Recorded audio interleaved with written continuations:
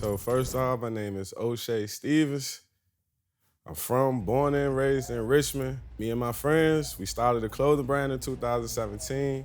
You fast forward 2023, we was able to open up our own store in 2021 down in the old farmers market, which is called Shockoe Bottom. And if anybody know about the farmers market, that was a real foundation for what we're doing right now. People like us that look like us came from where we came from, and we're in the original place where they used to just set up and sell food or sell whatever they need to sell. So to be back in the original foundation of the heart of the city, it feels good to be there and doing what we're doing. My Richmond rebirth is gonna look like more youth-friendly things in our city. And so a rebirth for Richmond is making sure that the youth, the next future, has an opportunity to actually succeed. How can we change the narrative? How can you change the narrative that's been written for you over your whole existence? That's the biggest question anybody could ask. Like, how do you change a narrative that you didn't even write? I don't know. I don't know, but what I do know is it starts in the actual community. It starts with reach one, teach one. It starts hands-on. We have to actually not sit behind this camera, but we have to actually sit in the actual community and start there. Because we can sit about behind the camera all day long and talk about what we need to do, but if we're not actually going out there and doing the things that was written down on a piece of paper, actually taking the advice for a person who was outside at one point, who was in that community and took myself out of the community without nobody help, you gotta listen to me a little bit more. Listen to the people that grew up in those areas. Listen, and not only listen, the back end part, doing. Some people just don't know. Some people don't know where to get the information. Um, and some people have the information, but just don't want to sit at the table. So we got to look at it both like some people exclude themselves from it. They don't want to be a part of the redevelopment. They don't want to be a part of it. But then is those people don't want to be a part of it. But then when a person wants to be a part of it and does everything they do to be included, that same person that said I'm not gonna sit there, now you wants to sit at the table. You know? So it's just those all these questions are hard questions because it falls down on individualism. It doesn't fall down on the massive. Like it falls down on individual people wanting their own individual goal. So some people are excluded because the resource to the information or that flyer is not being posted to get that information. And then some people just exclude themselves. It was in 2018 and it was going outside of the city and seeing the potential of what we could do in our own city.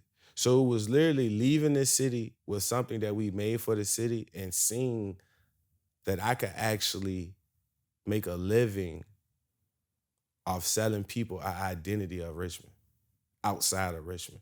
So in 2018, that was the okay, yeah, this is a changing point for me. Like I gotta go head in because if people in Maryland liking what we doing in Richmond, there's no way that my own city not gonna like it. If I had a magic wand and I could go hocus pocus, I would change the narrative on Richmond.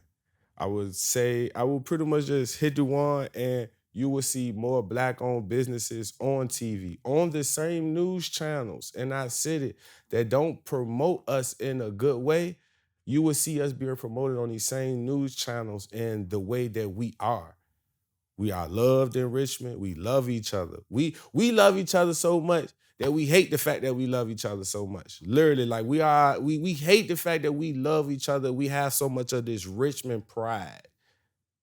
It's just one that over passionate. So if I had a wand, I would promote more black-owned businesses on the actual foundations where they tear us down at. If every entrepreneur that looked like me had the resources or just the knowledge of where to go to just start off, and there is a dollar there to help them, the city would look like a major city without a major sports team. Literally, just off of how we spend our money in the city.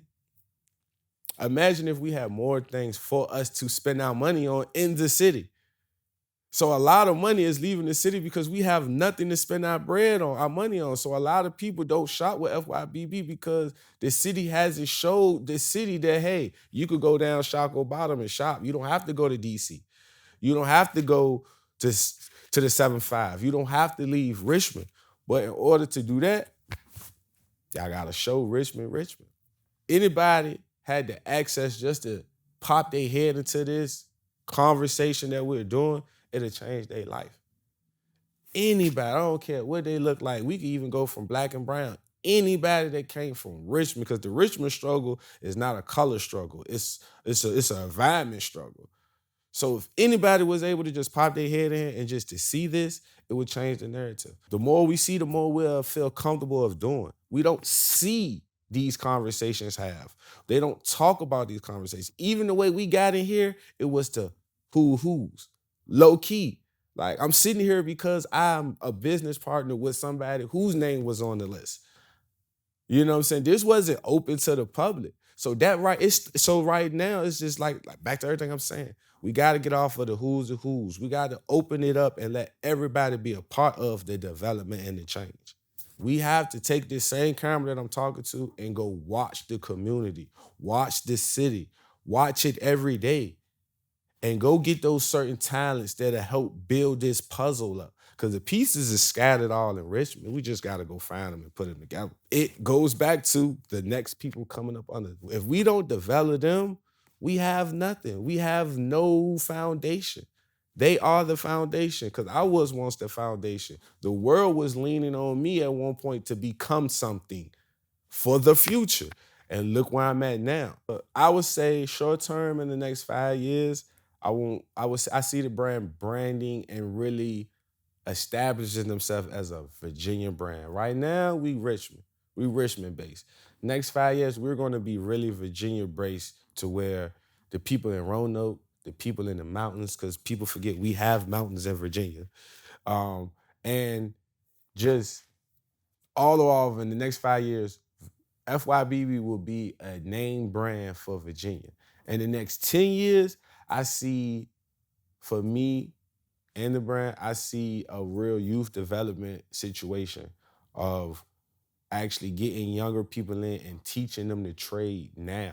Like, teaching them how to be the next FYBB at 10, 11, 12 years old. Like, because I started at 13 as just being an entrepreneur. So if I could get somebody at 10, I did my job.